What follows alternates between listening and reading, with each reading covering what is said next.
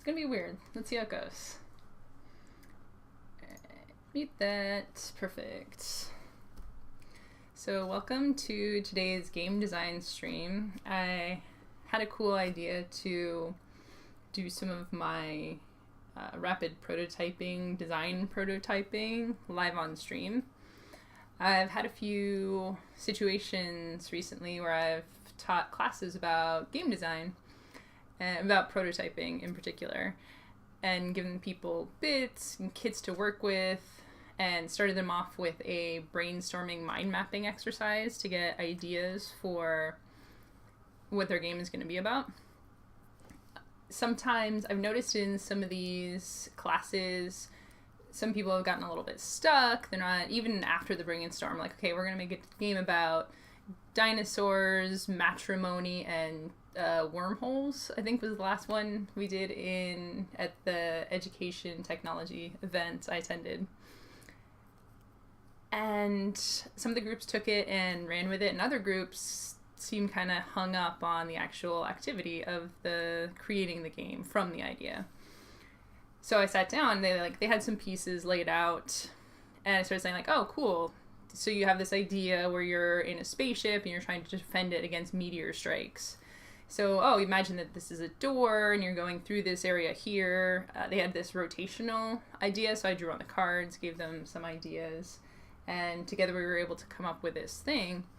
And I realized that it's something that can be a little bit tricky for people to get from this concept of like idea and then just start running with it. It's something that I do naturally, maybe too much, just diving right into it and like, oh, if it's this and it's crazy and dinosaurs and leprechauns and onomatopoeia, or just like whatever comes, just spewing out whatever comes to mind. So hopefully by watching what's happening, it'll be a little easier for you to do it as well. So we're going to start out. I have my suite set up here with my notebook, and I'll be able to drawing, you'll be able to see what I'm working on, and then as the ideas become more formalized, I can put them over in this Word doc that I have. I also have Photoshop open in case we needed to switch over and have that going as well. Alright, so I was brainstorming what to start with, and the first thing that came to my mind was just the word pewter. What even is pewter? It's like a mix of silver and... Hey Google, what's pewter? According to Wikipedia, pewter is a malleable metal alloy. Malleable metal alloy. Excellent. Thanks, Google. So yeah, let's start with pewter. And I'm testing this out for the first time. Hopefully I ordered some lights, so we'll be able to get this a little bit brighter, but for now, hopefully that will be coming through. Okay, so if you haven't done mind mapping before, it's a great design technique, not just for game design, but other types of design as well. You start out with your core concept and then just let your ideas flow. Just whatever comes to mind. Like brainstorming, you're not supposed to do any filtering or like limiting of the thing. So sometimes it can get a little weird and crazy, which is cool because, you'll come up with, using these seeds of ideas and information, you'll come up with things that otherwise you never would have thought of. And it's much more free-form sort of way to do it instead of starting with something that's very anchored in reality. It's like, I'm going to make a game about shoes and how they go on feet, and maybe you sell the shoes. It can become, you can make cool ideas like that, but it can kind of stay in a very small package, and it can be difficult to think creatively if you put yourself in too much of a box. So this makes me think of, what was that book? It was like a book about it was like an English lit book about the Boston Revolution. I remember the kid's name is Johnny, so Johnny, 2 N's, right? Sure, we'll put Johnny in there. Johnny makes me think of a Johnny and that makes me think of Magic, the Gathering, spells. So you can see right away how this mind map tends to evolve, and sometimes you'll go straight away down a path and start going from that one, and sometimes you'll take a little more time and focus on the center concept. Sometimes the ideas will flow very readily, and sometimes it's takes a little more time to come up with things. So either way, you just kind of like, I feel very Bob Ross like right now, just happy little accidents, right little word here, maybe silver. Pewter's malleable, that's a good word. Malleable. Say manipulation. Make sure I'm keeping this all on frame. Manipulation, I've been thinking about pottery. You see clay, pottery, and like a potter's wheel.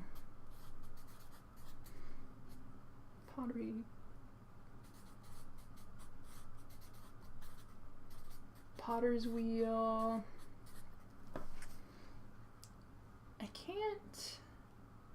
Are there many board games or games in general that deal with like forming clay? Probably.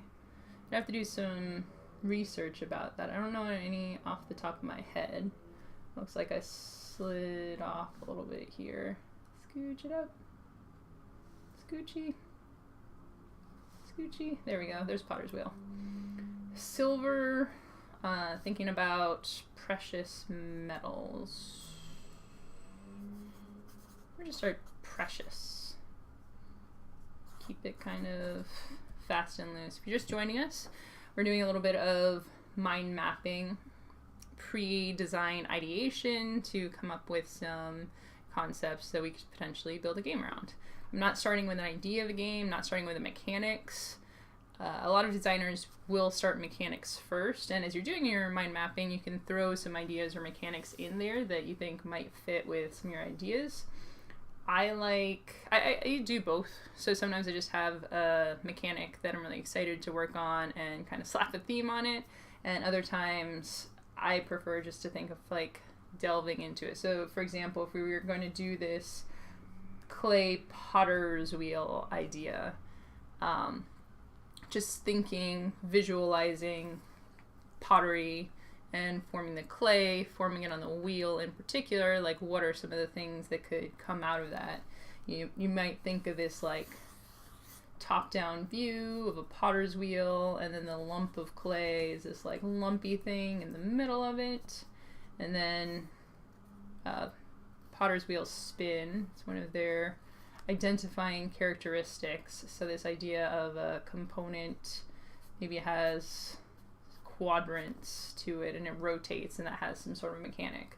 So right there, right off the bat, not that I know exactly what this game is going to be about, but just thinking of it from taking the idea and digging into that, and then starting to think of, oh, how would this work mechanically, can help to come up with some unique ideas and interesting directions. Alright.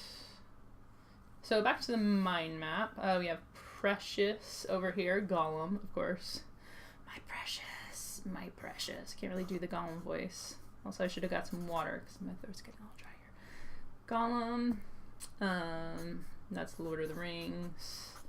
I do some personal abbreviations that will stick in my mind. If you have any questions, feel free to ask about what is that? I don't know what that is.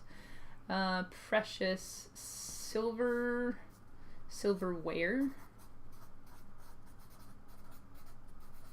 Silverware, forks. I like forks. Fork's a funny word. And forks are just kind of funny shaped if you think about it. Everything else is... This is going on a tangent of silverware here. Everything else, like the spoon, you know, it's like a scoop. It could have been a shell. Seems like it came from whatever was invented. A knife is just a sharp piece of metal. It's a little easier to hold. But what's a fork? Why does it have 4 tines? Sometimes it could have had 3. It could have had like 6. Forks are silly. Right, silly here. Silly. Doop. And as you're doing this mind map, you can also circle some of the concepts to make it a little easier to distinguish things. Johnny, Ajani spells components. And if you ever get stuck on doing some of this mind mapping, because it's one of those things that like often people or brainstorming as well, people just assume that you're going to get it, right? It's like, oh, you brainstorm, you just write whatever comes to mind. It's not always that easy.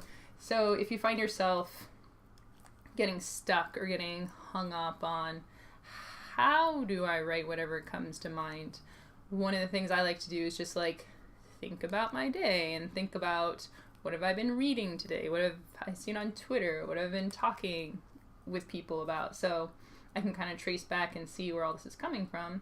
So components over here, Google likes to surface articles for me that are relevant to my interests. So World of Warcraft is doing this thing where they're re-releasing the vanilla version, which is the original version before they put in all the bells and whistles. People have very mixed feelings about this. Some people are really excited. Some people are like, why would I want it to be harder? I like how easy it is. But one of the things is this idea of having to carry the components for your spells in your bags. It takes up space. You know, it's a weighty thing to give you a little more investment and make you make harder choices. So that's, I was thinking in that direction. I can write that down, World of Warcraft. Another thing that the components makes me think of is Dungeons and Dragons, because I just started a new D&D campaign.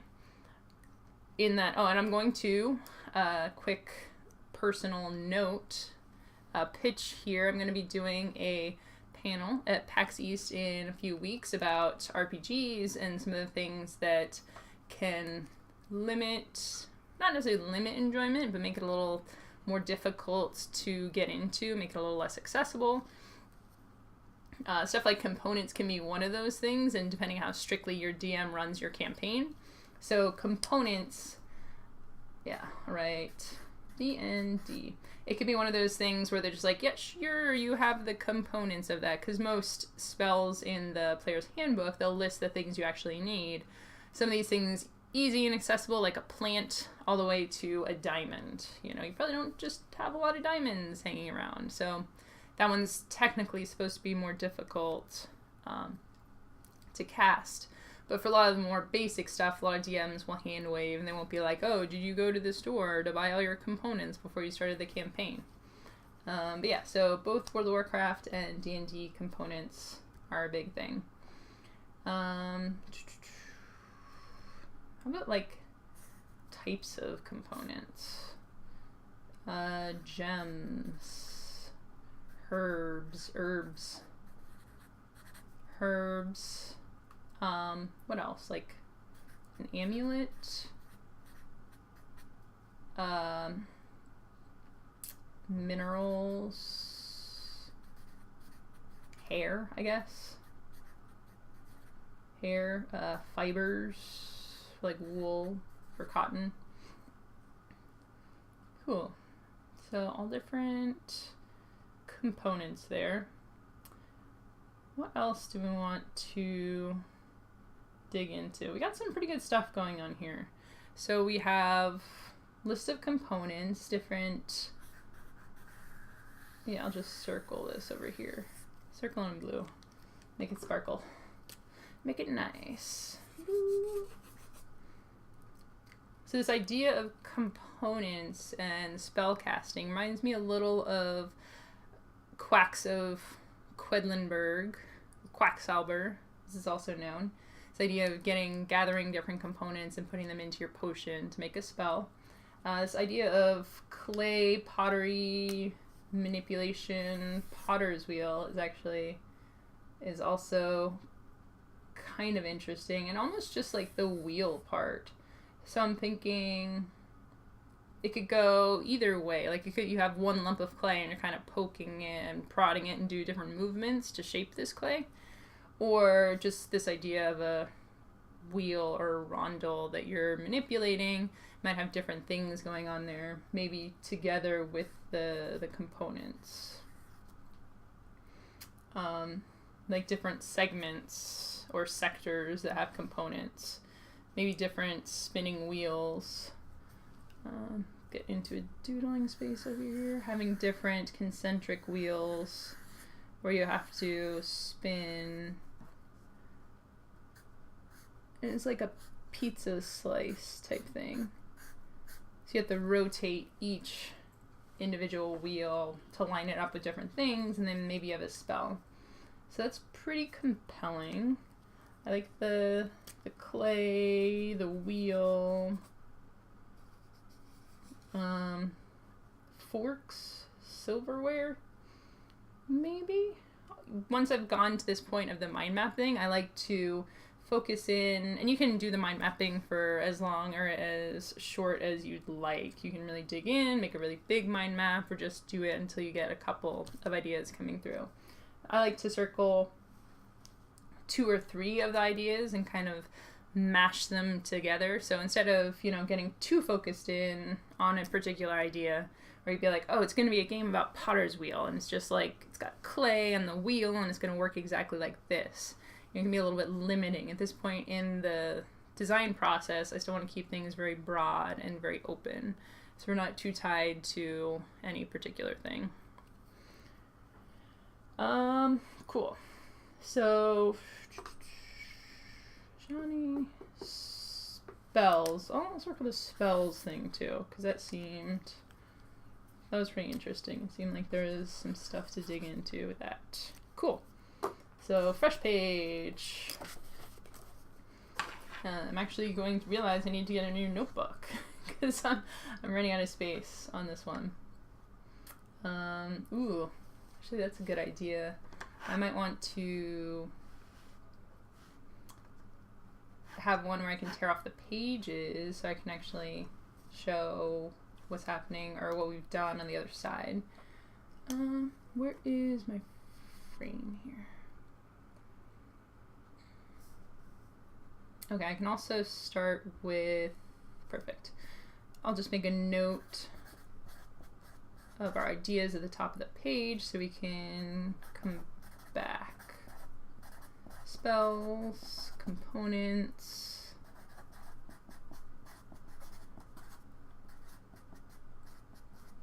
Potter's Wheel. Again, we're still very much in an ideation phase of the design process. I like to stay in this for as long as possible because you can come up with really interesting creative stuff instead of being like, okay, if we were going to do a Potter's Wheel game, it's going to be a game about Potter's Wheels. Maybe not. Like, it could evolve into, like, I don't know, a hamster wheel or a car wheel replacing the tires on a car, or spells with like incantations where it's not wheels but it's just circles and they're interlocking circles doing really cool stuff. There's a lot of different directions that we could go in with this, and none of them is better or worse than the others. It just comes down to what becomes the most interesting. So all right, so on our previous page we were drawing had this idea of a circular wheel. So two ideas. We have the potter's wheel with the lump of clay, unformed lump of clay. This idea of rotation, and then a few actions you could do. I think it's been a long time since I used a potter's wheel. Thinking of the actual prod, add water, smooth, press. Okay. Some interesting stuff. I'm not as excited about that, but I like to write it down just so I have it, and then I don't have to get hung up like, what was that thing that I thought was really cool that I was thinking about? This one seems cool, where you have call it a component chart. Several concentric circles.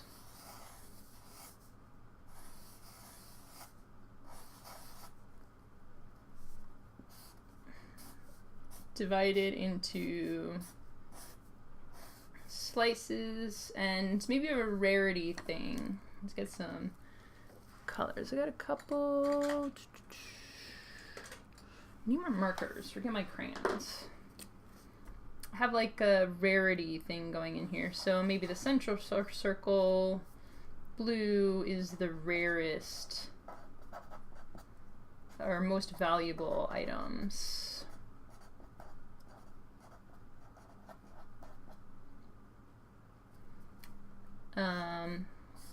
And then going outwards from there to have like a higher, so at the inner could be something like, you know, gold, saffron. Saffron is very valuable. I just bought saffron for the first time. Saffron. Hope. Doesn't have to be something physical, right? Hope. And again, this is interesting. Do you want to, we're getting a little bit into more of the thematic weeds of it, but do you want it to be something, do you want to go lighter? Do you want to go darker? Do you want to have like animal bones and make it a necromancy thing? Do you want it to be conceptual? Do you want to tie the different components to different real world things? You know, like lilies for brightness and good vision. Are these going to be potions, kind of similar to quacks, where you're giving them to, like a potion that you're giving or helping someone with, or are they spells that do all sorts of different things? Lots of different directions that we can go for this. So gold, saffron, hope. Let's do 4 for now. What else? Gold. Gold might not even be rare enough, like diamond. And then for the second, and again, the way we've drawn this, there's like 1, 2, 3, there's 4 different tiers. I think importantly here, again, keeping the mind open is, it's easy at this point to get into the weeds of design ideation. Like, oh, I need to come up with, let me see, I've arbitrarily done 8 segments on 4 different wheels. So I need to come up with 32 things right now in order to make this game. We don't even know if there's going to be a game yet or not. So let's keep it open, keep it loose. Second rarest, you know, you might do like silver, something like wool, like rich cloth. And the third, don't want to get too into the weeds here, so just say like grass. Not gas. Grass, dirt, clover. Alright, so far we have this idea that you're spinning, and again, this idea of a component where I have, multiple, and I'm thinking of it as like big, you know, this big wheel where you spin different wheels and it's all pinned together, and you have different components and spin it around. Component-wise, that sounds fairly complex. Maybe that will work, maybe it won't, but I'm not going to get too caught up yet about exactly what that's going to mean. So yes, we have this idea of a wheel, different components. You're trying to make spells out of the components, I guess. Next, I want to have an idea. So you have these different things, you're spinning it. Potentially, you would have like an outer edge of the board, something that it sat on. Or maybe you just have a marker to mark the quadrant you're going to do, and then you would potentially get those 4 different components that were in that segment of the wheel. Alright, I'm going to move this over to the notes section, start to write down some of these ideas. A lot of people have different feelings of when you should start to write the rules of the game. I like to write stuff down as early as possible. When I'm ideating, often it's in the notebook, but writing in an actual digital document means, first of all, I can have it wherever I go. If I'm just on my phone, I have it available. If I want to add things to it, it's more easily searchable. You know, I have a million notebooks. Which notebook was that idea in? I don't remember. It could be anywhere now. And third, this document can eventually evolve into the rules for the game, which is great because I start to have some of that stuff typed out. So what are we doing here? Wheel, Potter's wheel.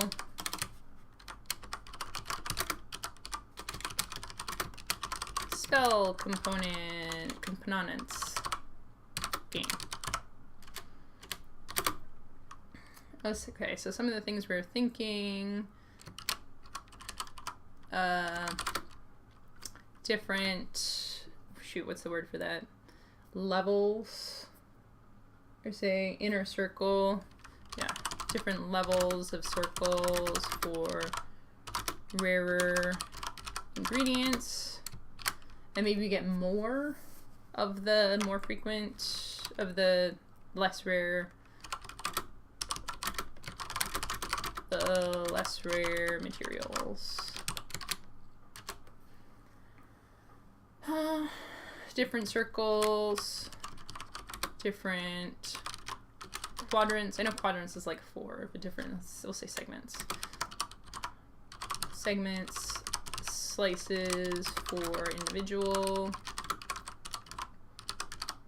ingredients, rotate the wheel to pick a collection of ingredients. Each wheel rotates independently. And then user components to cast spells. I won't worry too much yet what the types of spells are. I think eventually, thematically, that could make a very different game. It could change up what types of components there are. But at this point, if you're doing game design, it's good to get into physicality. So I mentioned earlier not locking in on any specific idea too early in the ideation process, because you don't want to limit your options. However, I think once you do get a cool idea from that ideation process, if you're doing game design, it's important to be able to leap from there to starting to prototype, or at least playing around with the bits, because it all has to come back to the fact that this is interaction design, and if you're not moving and interacting with the pieces, then you're theory crafting here, and it's hard to test out or have other people play test ideas in your head.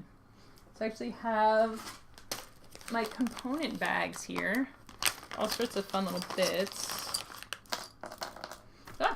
Little rolly, almost lost my cylinder there. Just get out a few here. And it's important while doing this to, this like playing with the bits and this like super early prototyping phase, you don't need to have every piece in the thing. So I had drawn out, like my idea was like, oh, there could be 32 components total, like over 3 different levels of the circles and then 8 different segments. I'm not going to get out 32 different types of bits right now because I don't even know if I want to make this idea. So keeping it easy and loose will help me just mess around and see if I'm even interested in moving forward with this, because once you get into ideation and kind of being fast and loose with creativity, ideas become cheap, and it's better to mess around and see if there's an idea that you're really interested in, as opposed to pushing an idea that's maybe not that exciting for you. So yeah, we have different piles of components here, sorts of fun stuff. What's cool about this quadrant idea is, I'm gonna have to adjust this a little bit. I can spinning, I can simulate this. So another thing is if I spend too much time and effort like creating this whole like spinning wheels thing, it doesn't even have to, like, that's where the idea came from, but maybe there's other ways that can be played out. There's definitely ways that you can simulate that a lot more easily. So for example, let's see, let's just do 3 levels. And then like two of each type. So I only have 2 different of the white color. Also the white's kind of hard to see here, but you get the idea. So here it's going to be bread and houses. And here it's going to be sticks and cubes. Cool. Alright. Got our different bits here. So what we have here basically is 6 different things and different areas. So instead of having to prototype this wheel thing, I can just simulate it by saying, writing down numbers. So that becomes 1, 2, 3, and 4, 5, 6. So at that point, we're going to dig a little bit more into the mechanics and say, okay, am I going to, is the idea that this wheel would be loose and spinning, you spin it and get a random combination of things, or I would be able to choose. Having the things numbered like this would mean that, it's kind of interesting. I can do the randomization of it, or potentially like I would be able to spin the wheels to exactly where I wanted them to be. So I could have, since there's 3 in here, I could have, do them completely randomly, or I could do a dice and just use 1 dice to get the different, or set the dice to different numbers to indicate which types of things I'm collecting. I could also, since for this particular prototyping example, we just have 2 of each, I could have three coins and flip them, and like head, tails, heads, and that means, okay, I get the bread loaves here, I get the sticks in the middle, and I get the, I don't know, bow ties from this. And we had mentioned like the inner ones could be rarer, so say that the bread is the rarest item. You could have the 1 bread, 2 bow ties, and 3 sticks. Cool. So we have this idea of a theme that we want to work with. We have this idea of potentially randomly determining which of these bits that we get, or being able to choose. If we are doing the one that's the more quadrants, like over here, maybe there's a limited manipulation, so you can't necessarily choose any of these quadrants or segments, but you can choose, like you can tick it like one way to either side. And that's a case in which the sequential circles or rings could actually have a very important impact. But for now, so this interesting one here, it's like it's either or, because we just have the 2 different sides. So for this, I'm going to take some notes over here about these ideas. What do I want to say about what we just put out there?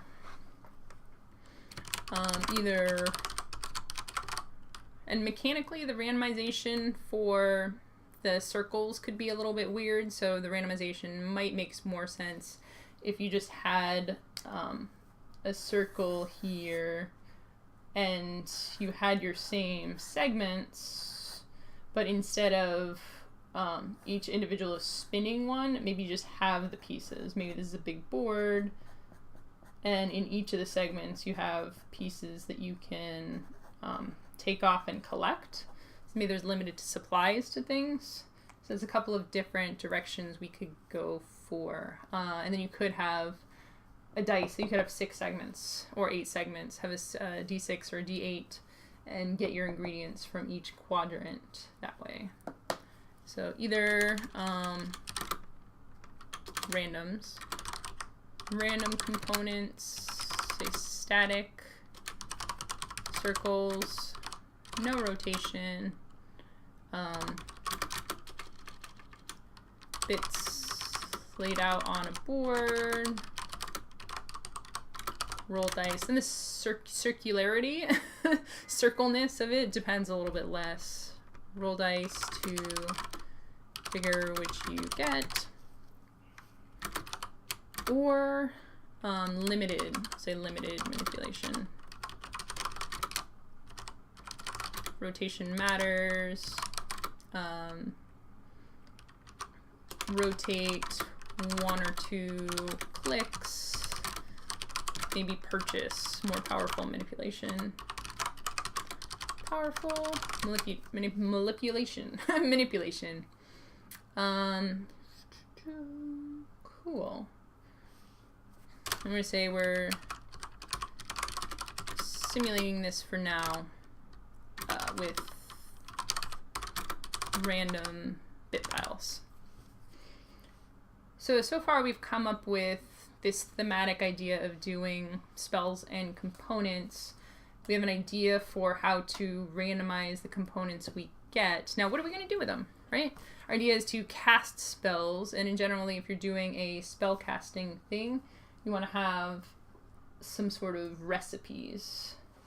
Move these all over here for the moment. Moving my bread. Get some more paper. Alright.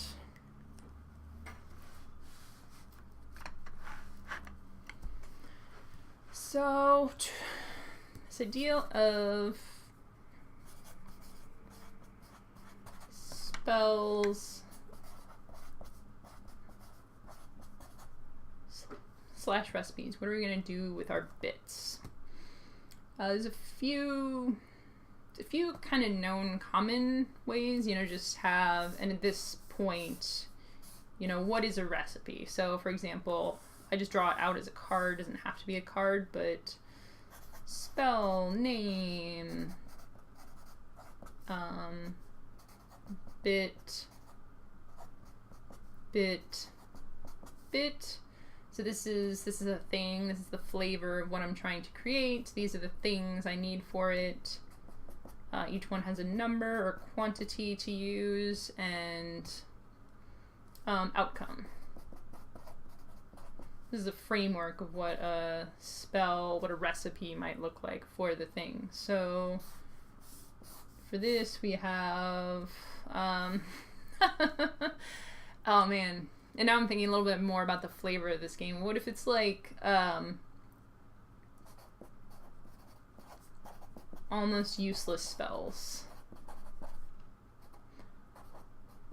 I remember seeing a thread on Reddit a while back that was like, what would your superpower be if it was like the least consequential superpower? Or what would your thing be if it was like not flying or fireballs, but just like a simple, almost innocuous thing? It's like, I would make sure that my shoes never came untied, or I would make sure that no matter what time I left, I would always be on time. But that would be time travel or teleportation, which is probably a little too powerful. But so I was thinking, because I have these fancy, let's bring our components back over here. I got these bread bits, lots of fun. It's like, what if my baked goods always come out perfectly? So baked, we'll call it baked perfection.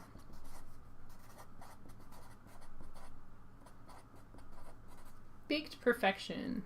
Take one bread. What do we want to call it? This is like a flour. Yeah. 2 flour. And what are these red things? Blood? Blood, sweat, and tears. Oh, and that could be fun too. Like maybe some of the components. I'm gonna make a side note. Maybe some components literal, like bread, some figurative, like ingenuity. Cool, got there. So 1 bread, 2 flour, and 3 heart. Well, Captain Planet on this. So baked perfection, I need to turn in these components, which I've so luckily gathered because I created the recipe based on the components I had. Kind of cheating, but it's okay because we're just still making this game. It's not even a game yet. And then what is my result? What is my outcome? You could say, okay, this is funny. So I was gonna say demigods. Or like demigods, but what's like even less than a demigod? Like a sprite. Maybe we're like helpful sprites. Sprites? Trying to come up with, or trying to collect as many like helpful sprite traits as we can. So I get like 3 sprite points. So this game could be simple and just basically point collection, trying to get the components to make the spells. The more spells you get, the more successful you are. The more points you have, the more likely you are to win. Or I could have, I could prefer some spells over others. So maybe I have like a hidden objective. This is like a food one. Maybe I care about maybe there are different categories of spells. So it's like, oh, I want to get all the food ones, or like I want to get all the happiness ones. This game is looking like it's turning out to be kind of cute and fun, which I like. Yeah, so have this idea of ways to distribute different components. I like this interlocking circles idea. Let's go back to our other diagram real quick. So I like this idea of interlocking circles for the spells. I'm a little nervous about this idea of the rotational, trying to functionally make that work. But it might be fun just to draw on a piece of paper and just like have the rotation, because it seems like a fun mechanic, even if it's difficult as a component to produce. Or this other idea where you just have the circular board and then have the bits, have a limited supply of things that you're trying to collect, have your own little marker that goes around, that you're putting around the edge of it.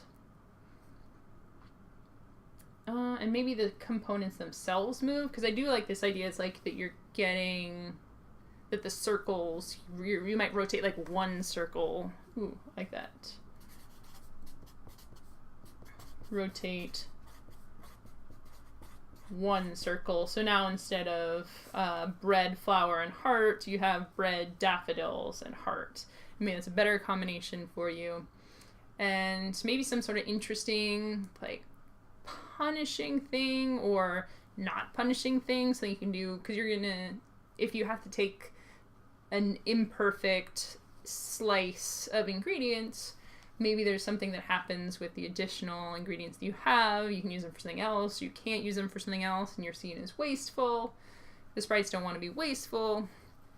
There's a lot of different directions that you could go with that. Yeah, so we have a distribution. We have a couple of ideas for ways to distribute these different spell components. We have an idea of what the recipes might look like. Some little idea of the scoring. Might be interested in categories, might just be flat points. A lot of different things at this point that we could totally go out and prototype this idea of a game. So, and let me flip back in case you weren't here in the beginning. This all came out of, just make sure that that shows up on the camera. This all came out of our original mind mapping, where we started with the word, scoot this over, boop. Started with the word pewter. Worked out there, worked from this totally random word that just popped into my head, got over to Lord of the Rings, D&D, Magic the Gathering, manipulation, clay. You know, we dabbled with potentially making something out of this clay idea, and eventually landed on this potter's wheel components idea that grew into these cool circular manipulation things, this idea of recipes, making spells. Still a lot of work to do. You know, it's only the very hint of a game, but I can see that it already has all the pieces that you need to make a game. So it has some mechanics in it, or pre-mechanics, ideas of what mechanics might be, has a win condition in it. Not, we can argue about whether or not games need a win condition. I definitely have strong feelings on that. And Then We Died doesn't exactly have a win condition. It's like you win if you all die together. But people have asked me, like, how do we lose the game? It's like, you survive? But it's more about having the experience. So I think that games can still be experiences without win conditions, but traditionally you're looking for some... This is a more traditional game. We'll put it that way, with scoring and points and that kind of thing. We have a flow, kind of an arc to the game. You start out, you're getting components, rotating, getting some extra stuff you might not need, maybe beneficial, maybe a punishment at the end of the game. Using these things, turning them in to create these recipes, getting points from that, maybe having hidden objectives, and yeah, pretty much everything we need to get ready to get started doing an actual prototype that I can test myself and then bring to a playtest and put it down in front of people. That was fast. That was less than an hour to come up with this. Not with the physical prototype itself, but with all the concepts we need to create it. And as you start to physically prototype, I had mentioned that those rotating circles could be physically a little complicated. So might find out, like, maybe this is too complicated a component, or maybe I can start out with some simulations that mimic this idea. But I don't want to spend a lot of time on my first physical prototype because, again, I'm not super tied to this game. I don't want to be super tied to this game. I want to come up with a lot of ideas, test a lot of things, and find the things that really speak to me. And the way to do that is to mind map a lot, prototype a lot, test a lot, and be really open and fluid with the kinds of things that you create. So hopefully you've enjoyed my first game design daily IRL in real time design. No thinking before this came out. Totally just winged it based on the things that were coming up. I'm looking forward to doing it more in the future. So, but for now, that's it for today. I'll see you next time.